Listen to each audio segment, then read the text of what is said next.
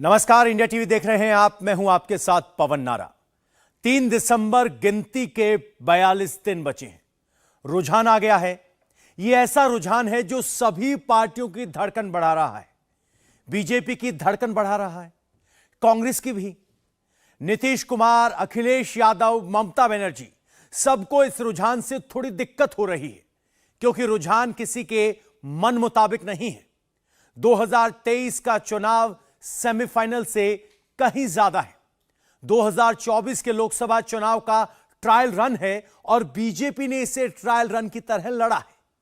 यह warm up match, यह रुझान वेकअप कॉल है।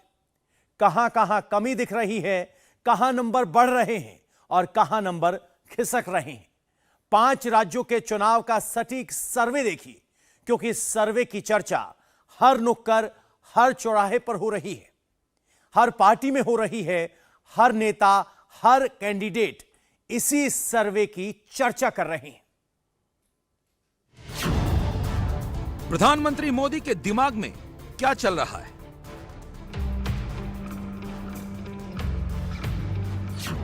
टिकट बांटते वक्त सोनिया गांधी, राहुल गांधी, खड़गे कैसे बैलेंस बना रहे हैं? अचानक राहुल गांधी और प्रियंका गांधी से अखिलेश यादव क्यों आग बबूला हो गए?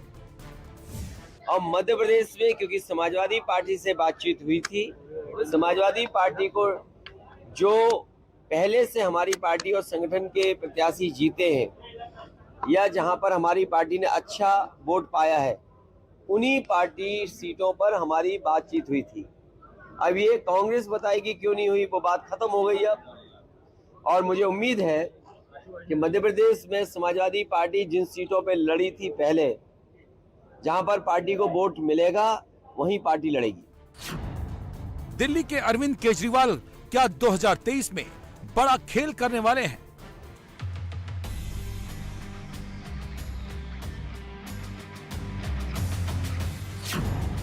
– 2024 में जो बड़ा खेल करने चले थे, वो क्यों 2023 में खुद लड़ने लगे हैं? समाजवादी पार्टी के लिए बोल रहे हैं, कमलनाथ ने भी कुछ स्टेटमेंट दिए। रहने दो यार, हमें इन पर कुछ नहीं कहना है। छुटवाइए, नेता हैं। बता दिया कि अगर आजमगढ़ के साथ किसी पार्टी के लोगों का इमोशन है तो दूसरे पार्टी के लोगों को बड़ा सावधान होकर के बोलना चाहिए, क्योंकि अगर वो आजमगढ़ के लिए बोल रहे हैं तो उनके भी क्षेत्र हैं जिनसे उनका भी इमोशन है। अगर हम लोग उस तरह की टिप्पणी करेंगे तो आपके पास जवाब नहीं होगा।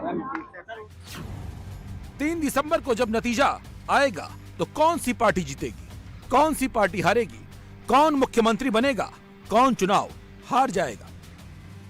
5 राज्यों के चुनाव में क्या स्कोर 5-0 होगा, 4-1 होगा या 3-2 होगा? स्कोर क्या होगा? नरेंद्र मोदी की पार्टी कहां आगे चल रही है, कहां अचानक से पिछड़ रही है? राहुल गांधी की पार्टी चुनाव से कुछ दिन पहले कहां कहां लीड ले रही है? और क्या बीजेपी और बीआरएस में कोई सेटिंग हो गई है? ग्वालियर के सिंधिया स्कूल की यह तस्वीर याद रखिएगा। एक ही जगह पर, एक ही मंच पर नरेंद्र मोदी के एक तरफ ज्योतिरादित्य सिंधिया हैं, दूसरी तरफ शिवराज सिंह चौहान। इसी मंच पर नरेंद्र सिंह तोमर भी मौजूद हैं, जिन्हें इस बार विधानसभा चुनाव में लड़ाया जा रहा है।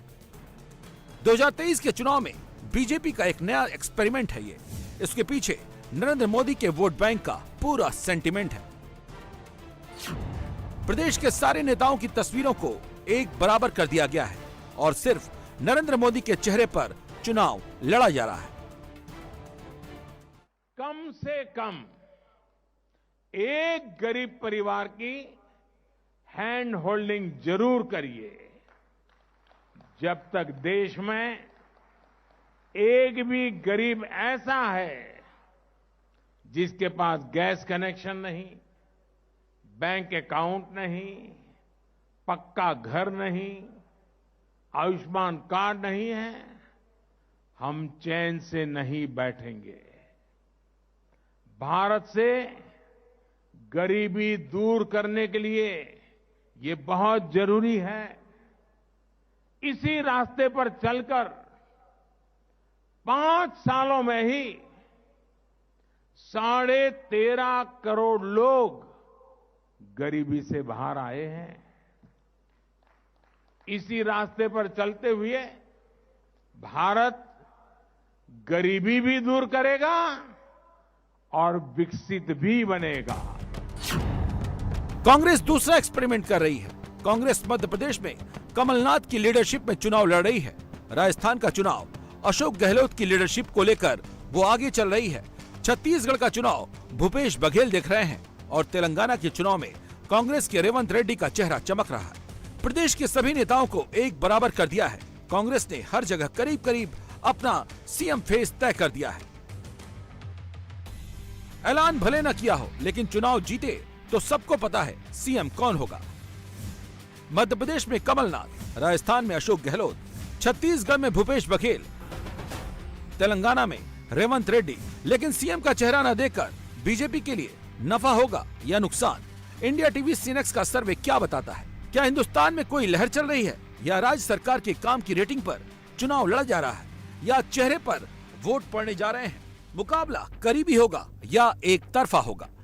230 सीटों की विधानसभा है। 115 Bharatiya Janata party, half way mark, बिल्कुल जो हाफ वे मार्क है, आधा आंकड़ा विधानसभा का, वहां भारतीय जनता पार्टी खड़ी हुई दिखाई दे रही है। कांग्रेस पार्टी से आगे 110 पर कांग्रेस पार्टी का ग्राफ जाकर रुकता हुआ हमें दिखाई दे रहा है। तो ये अभी तक की टैली जो इस ओपिनियन पोल में निकल करके आई है, सरकार बनाने के, अपने दम पर सरकार बनाने के भारतीय जनता पार्टी बेहद नजदीक है। 116 सीटें चाहिए सरकार बनाने के लिए।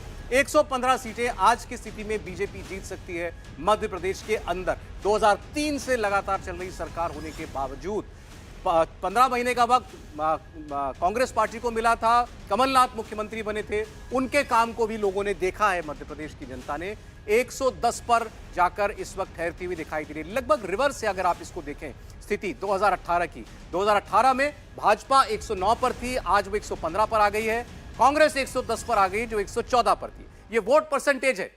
बीजेपी का वोट परसेंटेज 44%, कांग्रेस पार्टी का वोट परसेंटेज 43%, 43%, 1% ज्यादा वोट भारतीय जनता पार्टी को मिलता हुआ दिखाई दे रहा है। पिछली बार भी बीजेपी का वोट ज्यादा था, लेकिन सीटों में उसकी कसर रह गई थी, सीटें कम आई थी कांग्रेस पार्टी से। इस बार वोट शेयर में भी बीजेपी आगे दिखाई दे रही है और सीटों में भी भारतीय जनता पार्टी बढ़त बनाती हुई दिखाई दे रही है और अपने दम पर सरकार बना सकती है। यह हमारा ओपिनियन पोल बिल्कुल स्पष्ट आपको बता रहा है। इंडिया टीवी सीनेक्स सर्वे बता रहा है मध्य प्रदेश में चुनाव बड़ा टफ है, बहुत ही करीबी मुकाबला है।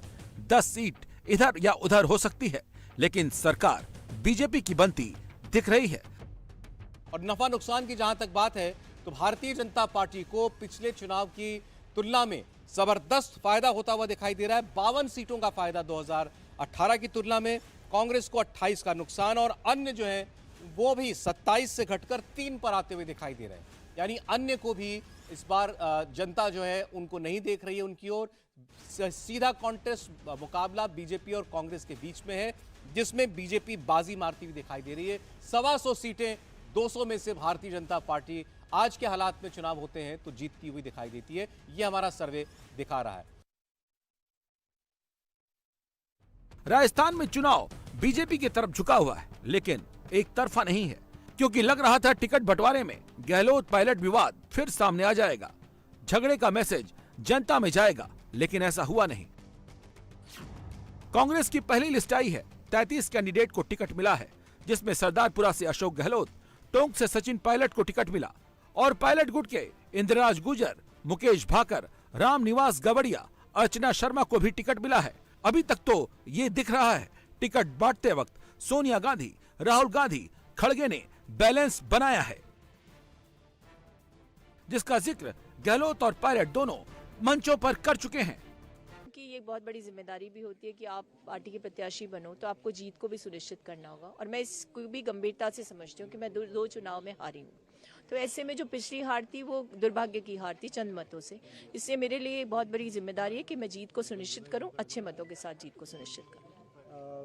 आपके साथ साथ बीजेपी की भी आज लिस्ट निकली है, लेकिन महिलाओं को लेकर जिस तरह की बात की गई थी वहाँ पर इतना देखने को नहीं मिला। अभी तो हमारी पहली सूची आई है और मुझे लगता है कि हम लोग तो हमेशा महिलाओं को वरीयता देते हैं। अब भारतीय जनता पार्टी ने पोस्ट डेटेड चेक दिया है महिला आरक्षण के रूप में। मुझे लगता है कि वो इस पे काम करना चाहते हैं। वो तो सिर्फ जब मूल मुद्दों से ध्यान भटकाना हो तो कोई ना कोई मुद्दा लेकर के आते हैं। और ऐसे में उन्होंने कहा कि फीमेल वोटर्स को कैसे अट्रैक्ट करेंगे, तो महिला आरक्षण बिल लिया और पहले सूची जारी करेंगे। अरे सही है, छोड़ो ना।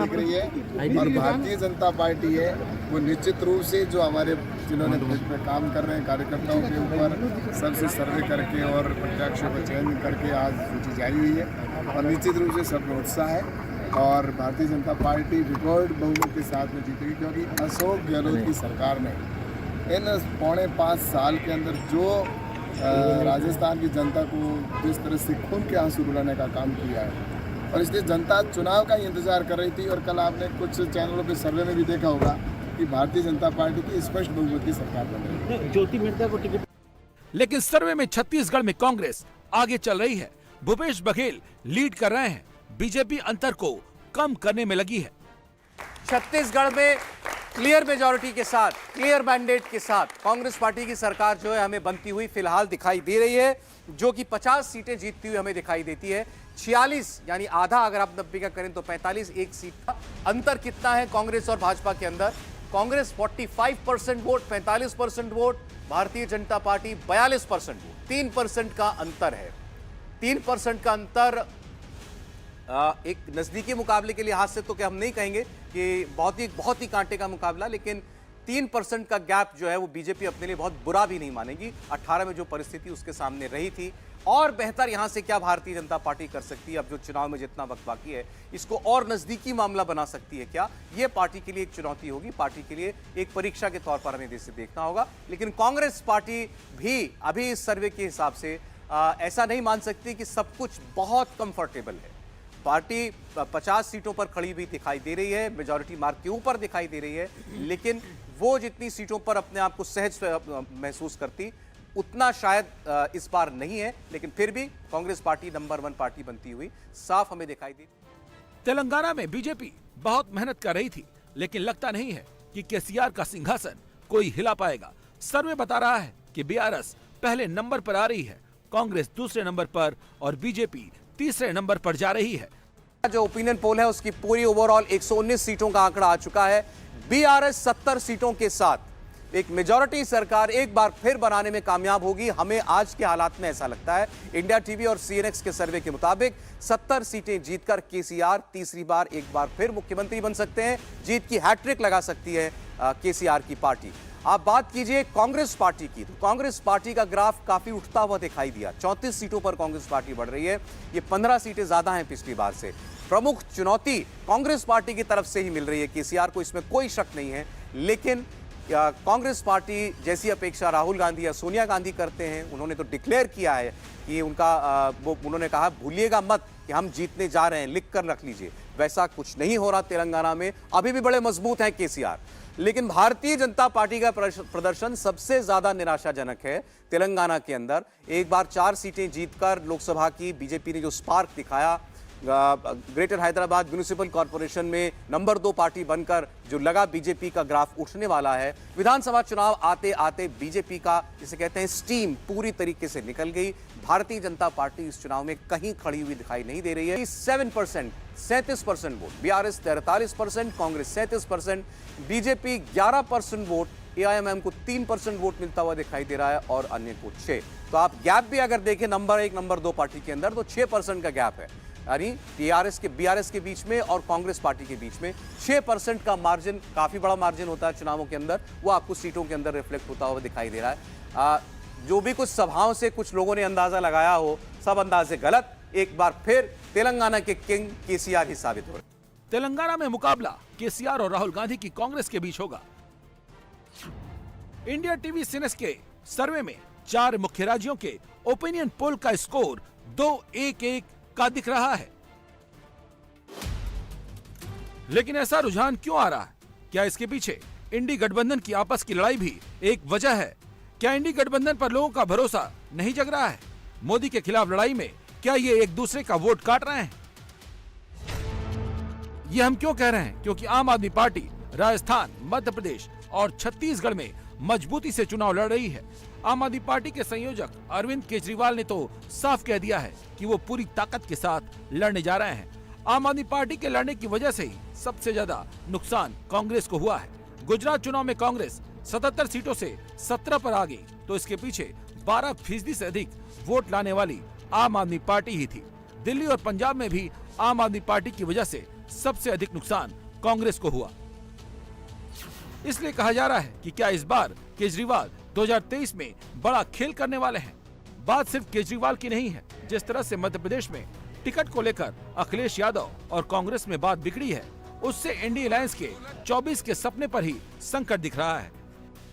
हाँ, ये बात तो ठीक कही उन्होंने कि अखिलेश कौन है। अखिलेश तो है ना, तो अगर ये बातें अगर कहेंगे तो समाजवादी पार्टी भी इन बातों को कह सकती है, लेकिन उन उलझनों में हम नहीं फंसना चाहते। कमलनाथ जी से हमारे संबंध बहुत अच्छे हैं और नाम देखो इनका कितना अच्छा है। जिनके नाम पे ही कमल हो, जिनके नाम में ही कमल हो, तो अखिलेश ही कहेंगे और क्या, अखिलेश तो नहीं कहेंगे ना। इंडिया अलायंस में हुई खटपट का बीजेपी खुलकर मजा ले रही है, क्योंकि बीजेपी को ही पता है जितना ये गठबंधन कमजोर होगा, बीजेपी का रास्ता उतना आसान होगा। आज आपने गदा भी भेंट किया है। मैं आपको वचन देता हूं, अत्याचार और अन्याय करने वाले आताई और कांग्रेस की लंका इस गदा से ध्वस्त कर देंगे हम। बहनों और भाइयों, एक तरफ अपनी भारतीय जनता पार्टी, हमारे नेता नरेंद्र मोदी जी जो देश के मन में बसे, और दूसरी तरफ कांग्रेस। अभी बात सनातन की चल रही थी, उन्हें गठबंधन बनाया, इंडी गठबंधन। जब बाढ़ आती है तो जान बचाने के लिए एक ही पेड़ पे आदमी भी लिपट जाता है, सांप भी बैठ जाता है, लड़ैया, सियार, चीटे, चिटी, सब एक ही पेड़ पे, क्योंकि नीचे बाढ़ का पानी है। ये जो कांग्रेस का इंडी गठबंधन है, मोदी जी के समर्थन में जो लहर की बाढ़ आई है, तो उससे बचने एक ही पेड़ पे बैठ गए सब, और अब एक दूसरे को गाली दे रहे हैं। कल कमलनाथ कह रहे थे काय का अखिलेश बखलेश। अब ये अजब गजब कांग्रेस, ये कांग्रेस कह रही है, भी कमलनाथ कह रहे थे कि ये मध्य प्रदेश के भविष्य का चुनाव है। ये मध्य प्रदेश के भविष्य का चुनाव कांग्रेस के लिए नहीं है, ये तो बेटे को भविष्य बनाने का चुनाव बना दिया कांग्रेस ने। एक अपने बेटा का बनाने में यहां लगा हुआ है राघोगढ़ में, और दूसरे वहां कमलनाथ लगे हुए अपने बेटा को, बेटों का भविष्य बना रहे हैं। लेकिन मेरे बहन और भाइयों, मैंने सरकार नहीं चलाई, मैंने परिवार चलाया है, परिवार।